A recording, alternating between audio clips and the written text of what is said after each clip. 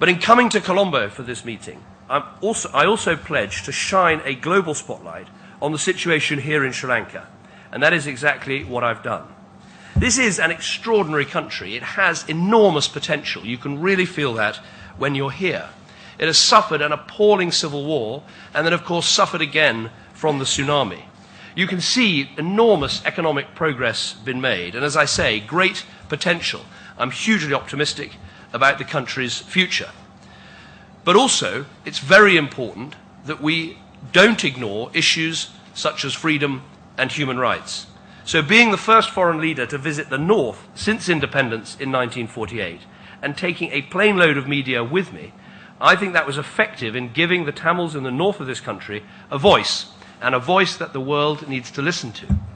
Now, of course, no one here wants to return to the days of the Tamil Tigers and the dreadful and brutal things that they did. And of course, we should show proper respect for the fact that this country suffered almost 3 decades of bloody conflict. And recovery and reconciliation, these things cannot take place in a few months or even in a few years. But yesterday, I made clear to Sri Lanka's President Rajapakse, that he now has a real opportunity through magnanimity and reform to build a successful, inclusive and prosperous future for his country. And I very much hope that he seizes it. That means working in partnership with the newly elected Chief Minister of the Northern Province from the Tamil National Alliance. It means freedom for the media, so no more staff at incredibly brave newspapers like the one I visited yesterday are beaten or intimidated. And it means credible, transparent and independent investigations into alleged war crimes. And let me be very clear, if that investigation is not completed by March, then I will use our position on the UN Human Rights Council to work with the UN Human Rights Commissioner and call for a full, credible and independent international inquiry. It also means giving displaced people, like those that I met yesterday, giving those people a proper home and a proper livelihood so they can rebuild their lives as well. Ultimately, all of this is about reconciliation. It's about bringing justice and closure and healing to this country, which now has the chance, if it takes it, of a much brighter future. But that will only happen by dealing with these issues and not ignoring them.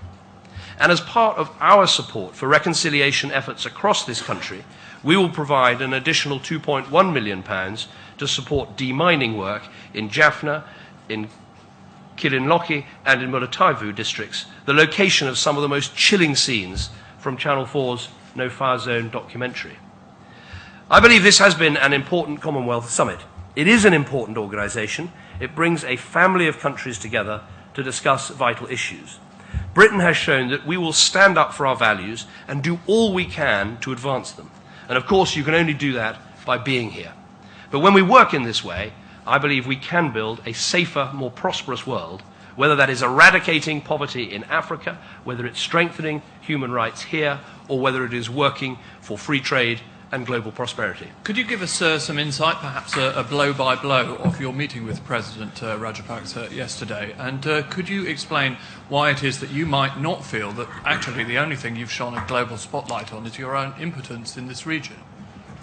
Well, it was a very frank and clear meeting, a frank exchange of views. I've met the President many times before. I have a good relationship with him, and it's important to discuss all the issues in front of us. So we talked about the future of the country. We talked about the importance of the issues I mentioned in my statement, the importance of human rights, the importance of proper rights for journalistic freedom. We talked about the displaced people that I met yesterday in the north of the country.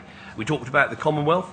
Nothing was off the agenda, and I made a series of points, but at the heart of what I'm saying is actually a very optimistic message about this country. It has got immense potential. It's got a strong and growing economy. It has a chance for real success after the end of this dreadful civil war. And my message was very simple, which is to seize that chance, and to seize that chance by trying to reconcile people and reconcile people within this country. And as I say, I think it's been important to come here to make those points, and it's actually by travelling to the north of the country and being the first Prime Minister or President or Head of Government or Head of State to go to that part of the country since 1948, I think that in itself can have an impact, to shine a light on these issues and to keep them in the public's attention, and that is something that we'll do.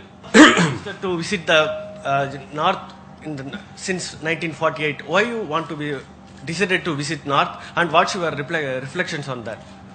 Well, I wanted to visit because as a politician, as a Prime Minister, you can learn an enormous amount by reading about something, by reading other people's reports, but it's only actually by visiting and seeing things for yourself that I think you get the best impression. And the impression I will be left with is a country with immense potential, and the north of the country has immense potential too. But I'll also take with me the images of people who've been displaced, who are desperate for a home and a livelihood, and believe that now the war is over, they should be able to achieve that goal. And I'll also remember going to that newspaper and seeing how its journalists had suffered and the problems that they'd encountered. So I think it's very important to see both the good and the bad, and that's what I did on my visit.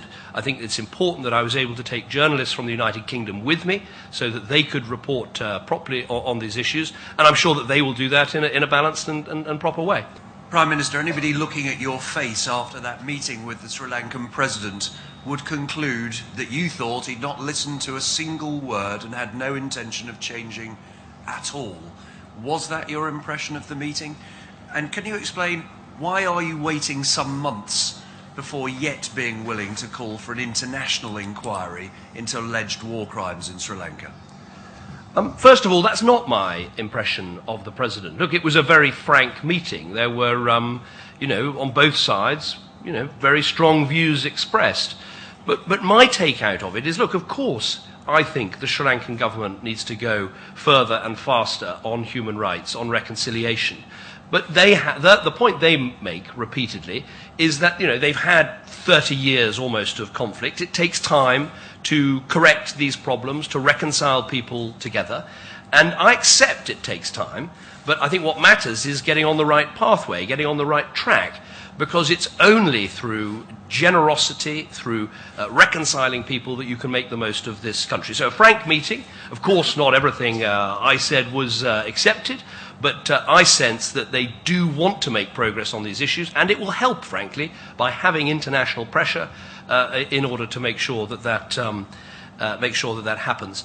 Sorry, your second question. Oh, why wait till March? Well, look, I think it is fair to say to the Sri Lankans that there needs to be an independent inquiry into the particularly dreadful events that happened at the end of the war, as highlighted in the No Fire Zone documentary. I think it's right to give them time to set up that independent inquiry, but if they don't set it up, I will fully back an international inquiry. You met with Murali this morning, and he has said that he thinks that you might have been misled over the problems in the north, and that actually the improvements there have been far more than you stated. What's your response to that? Well, first of all, it was an enormous pleasure to meet Muralitharan. I've watched him bowl out England team after England team, and he's an inspirational figure, and the work that he does through his organisation to bring people together, I think is really inspiring. And just sitting and chatting to some of those people, some from the south who'd lost parents and family in the tsunami, some from the north who'd been affected by the appalling civil war. It was an incredibly powerful image of a future for Sri Lanka. In terms of what he said, I mean, first of all, I think he acknowledged that I was right to come and right to visit. Of course, I was told all sorts of things yesterday in the north, and there are very strong views in this country and strong differing views on some of the issues. I would say what matters is not everything that I was told, but what I myself have said. And I think I've given a fair reflection of some of the things that need to happen in terms of reconciliation, in terms of progress, in terms of human rights, in terms of free speech. And I think it's important to raise these issues. The Australian Prime Minister, Tony Abbott, said yesterday in response to a question about allegations of torture in Sri Lanka in the past that while he deplored torture, we accept that in difficult circumstances, difficult things happen. I wonder if I could get your comments on that. He also said in his opening speech the Commonwealth should praise Sri Lanka as much as judge it. Do you think that approach undermines your more vigorous approach to the issues here? Well, first of all, can I welcome the election of Tony Abbott and welcome the very strong and good working relationship I know that we'll have. I think he's a politician of immense stature and ability, and I'm sure he'll do an excellent job. On the issue of Sri Lanka, I'll let him speak for himself. But I think he's absolutely right what he said in his opening remarks, that it's important that we talk up the potential of this country. I'm very keen to do that. I think there's immense potential here in Sri Lanka, but I think we do that not by gliding over the difficult issues, but I think it's right to confront and discuss the difficult issues, the human rights issues, journalistic freedom issues, the importance of reconciliation. It's important to talk about those things too. Why are you here in Sri Lanka? What is your prime motive? Is it to attend the Commonwealth or to assess the human rights record in Sri Lanka? And during your stay in Britain, you said that you will be raising tough questions with the Sri Lankan authorities, the Sri Lankan president. During a 45-minute discussion with the Sri Lankan president, what were the tough questions that you raised? And the president, during a media briefing, said that he has also questions for you. What were the concerns that the president raised during these meetings? Well, first of all, I wanted to come for both reasons. I wanted to come and attend the Commonwealth Heads of Government meeting. It's an important meeting, it's an important organisation, and as I've explained, there's a whole series of issues that Britain wants to see progress on, and it's very important to work in all the international forums of which we're a member to get those issues achieved. But while I was here, I wanted to also, as I said, shine a spotlight on some of the issues here in Sri Lanka that need to be addressed. That's why I went to the north of your country. That's why I met with displaced people, I met with journalists, and I met with the excellent newly elected Chief Minister. And it's worth making the point that the election of a Chief Minister in the north actually is an important piece of progress in itself, and the government should take some credit for achieving that election and for putting that election in place. In terms of the issues I raised with the President, well, it's the full set of issues that we've been discussing: the need for an independent inquiry into the events at the end of the war, the need for displaced people to be given homes and livelihoods, the need for human rights and journalistic freedoms, the need for reconciliation, the need to make sure that the right track is taken. You know, I say this as head of one sovereign country to another. These are the sorts of things that we can discuss. The President made a series of points in response. His point is very much that they need time, and I accept it does take time to reconcile. We discussed, for instance, the example of Northern Ireland, where in my country there was years of conflict in part of the country, and we have taken huge steps to try and reconcile people together. I gave, for example, as an example, the building of a police service in Northern Ireland that reflects all communities, and people from all communities can join. So we had a very open and very frank discussion about these issues. And just to follow up on last night's meeting, did the President give you any indication that the investigation would be finished in, 12 or 13 weeks' time?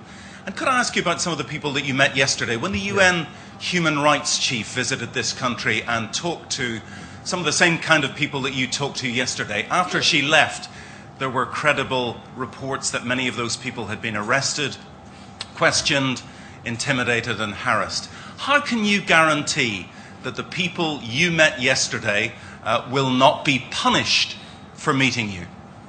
Okay, first of all, on the independent inquiry, as things stand, the Sri Lankan government don't accept the need for a full independent inquiry. They haven't established it. They have, of course, set up their own reconciliation commission, and that has done some good work, but I think this particular piece of work needs to be done. And the message I have is that this issue isn't going to go away. This is an issue now of international concern, and it's going to be an issue that, as I say, won't go away, and we should pursue it very vigorously. On the second, hold on a second. On the second issue that you raise, look, I think it's very important that people are able in this country to speak freely and to talk to journalists freely, and the world will be watching the response that the authorities make. First of all, let me thank the authorities for the fact that I was able to visit the north of the country, the first Prime Minister or President from another country who's done that since 1948. I was able to take with me respected international journalists from international organisations like the BBC, like Sky, like ITV, like Channel 4 to the north of the country. We were able properly to meet the Chief Minister, properly to visit the newspaper, which has had so many problems and so many attacks over the years. And we were also able, in that village for displaced people, to meet and talk with lots of people about their need to find a home and find a livelihood. So we were able to do those things. I think that was very important. I think that was right that that was allowed. And I think it's very important that the Sri Lankan government treats all of those people with the dignity and the respect that they deserve.